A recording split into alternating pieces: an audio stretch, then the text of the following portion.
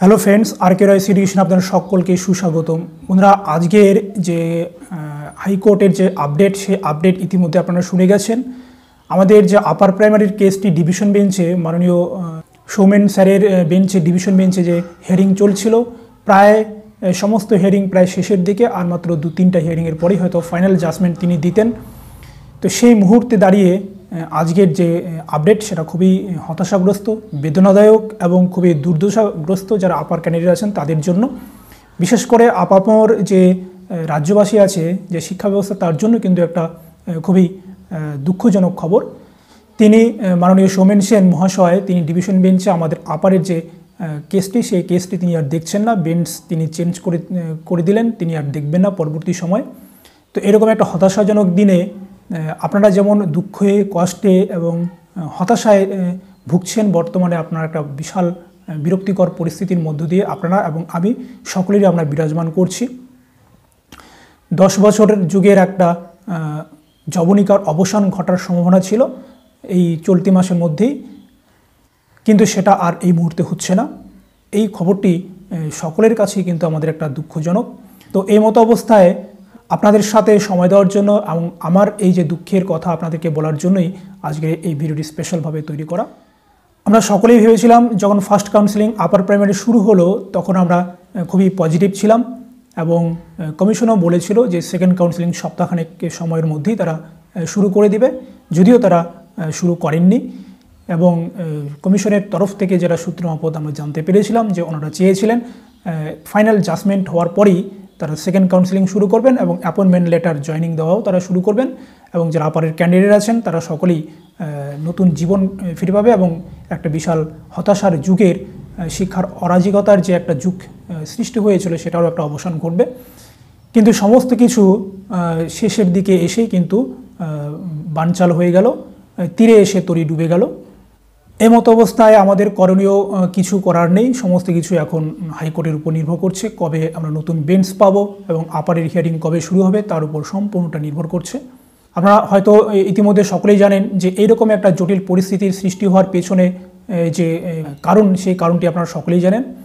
আমাদের হাইকোর্টের দুজন মুখ্য বিচারপতি, মাননীয় জাস্টিস অভিজিৎ গাঙ্গুলি এবং ডিভিশন বেঞ্চের মাননীয় জাস্টিস সৌমেন সেন মহাশয়ের মধ্যে একটা পার্সোনাল যে ঝামেলা হয়, সেই ঝামেলায় কে ঠিক কে বেঠিক সেই বিষয়টি সম্পূর্ণ সুপ্রিম কোর্ট দেখবে। সেটা স্বতঃপ্রণীতভাবে সুপ্রিম কোর্ট সেই ব্যাপারে হস্তক্ষেপ করেছে, সেই ব্যাপারে আমরা যাচ্ছি না। কিন্তু তাদের দুজনের মধ্যে পার্সোনাল যে ঝামেলা, সেই ঝামেলার জন্যই কিন্তু আজকে আমাদের এরকম হয়রানির শিকার হতে হচ্ছে। যারা সাধারণ জনগণ আছেন, যারা ক্যান্ডিডেট আছেন আপার প্রাইমারি, তাদের এই বর্তমানে হয়রানিটা হতে হচ্ছে। তথাপি আমরা আশা করেছিলাম এত কিছু হওয়ার পরেও সৌমেন সেনের বেঞ্চ থেকে কিন্তু আমাদের আপারের যে হিয়ারিং ডেট সেটা আজকে দুপুর 2টোর দিকে পড়েছিল, স্পেশালি ফিক্সড ম্যাটার হিসাবে। তো আজকের দিনটি খুবই ইম্পর্টেন্ট ছিল। আজকের দিনে তিনি ইচ্ছা করলে কিন্তু বলতে পারতেন আপারের যে হিয়ারিং সেটা কন্টিনিউ তিনি রাখতে পারতেন, কিন্তু তিনি নিজের পার্সোনাল যে মূল্যবোধ, সেই মূল্যবোধের উপর ভিত্তি করে তিনি কিন্তু আপারের এই সমস্ত কেস থেকে তিনি নিজেকে প্রত্যাহার করে নিলেন এবং এই ব্যাপারে তিনি আর শুনবেন না, সেই ব্যাপারে তিনি বলে দিলেন।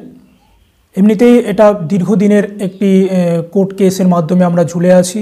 তারপরে যদি এই 2-3টি হিয়ারিংয়ের পরে যেখানে ফাইনাল রায় আসার কথা ছিল এবং জয়েনিং হওয়ার কথা ছিল, সেখানে যদি এবার বেঞ্চ চেঞ্জ হয় আপারের, তো সেক্ষেত্রে সময় তো লাগবে, সেটা আপনারা সকলেই বুঝতে পারছেন। এবং কতদিন সময় লাগবে সেটাও একটা খুবই গুরুত্বপূর্ণ বিষয়।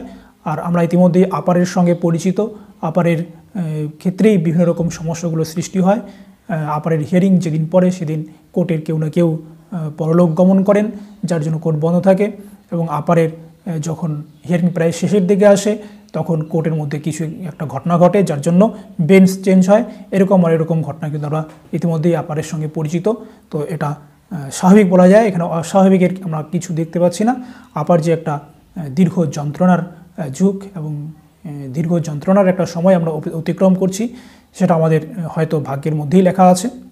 তথাপি আমরা আশা রাখতে পারি যে যেহেতু এটি পার্ট হার্ট হিসাবে বিবেচিত ছিল এই মামলাটি, সেহেতু এখন হাইকোর্টের প্রধান বিচারপতি হয়তো এটা এখন কোন বিচারপতির বেঞ্চে ফেলবেন সেটা ওনার উপর নির্ভর করছে, এবং কতদিনের মধ্যে সেটা হিয়ারিং হবে সেটাও কিন্তু নির্ভর করছে। যে বিচারপতির উপর বেঞ্চের মধ্যে এটা উঠবে সেই বিচারপতি কতদিন লাগবেন ওনাকে এই বিষয়টিকে ভালো করে বুঝতে, উনি আবার কীভাবে প্রসিডিওর এগিয়ে নিয়ে যান তার উপর নির্ভর করছে। তবে বলা যেতে পারে যে যেহেতু আপারের প্রায় সমস্ত কিছু সাবমিশন হয়ে গেছে, পক্ষ বিপক্ষের সমস্ত কিছু যুক্তিতর্ক প্রায় শেষের দিকে হয়ে গেছে, যদি আপারের বেঞ্চ খুব তাড়াতাড়ি বেঞ্চ পেয়ে যায় তাহলে হিয়ারিং শুরু হলেই কিন্তু আমরা বুঝতে পারবো আপারের কতটা দিন আবার সময় লাগতে পারে, আবার ঝুলে যেতে পারে। তবে মিনিমাম একটা নির্দিষ্ট সময় আপারের জন্য কিন্তু ঝুলে থাকবেই। যতই খারাপ দিন আসুক, আমি আপনাদের সামনে একটা কথাই রাখবো, সবসময় পজিটিভ থাকবেন।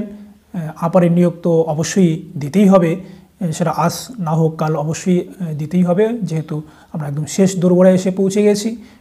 বিভিন্ন কারণে সেটা আমাদের একটু আবার কষ্ট সহ্য করতে হবে। সমস্ত কষ্ট আপনারা সহ্য করেছেন, আমরা সহ্য করেছি। এখন আমাদের পজিটিভ থাকার সময়, কখনো ডিপ্রেশন কিংবা মানসিক অবসাদে যাবেন না।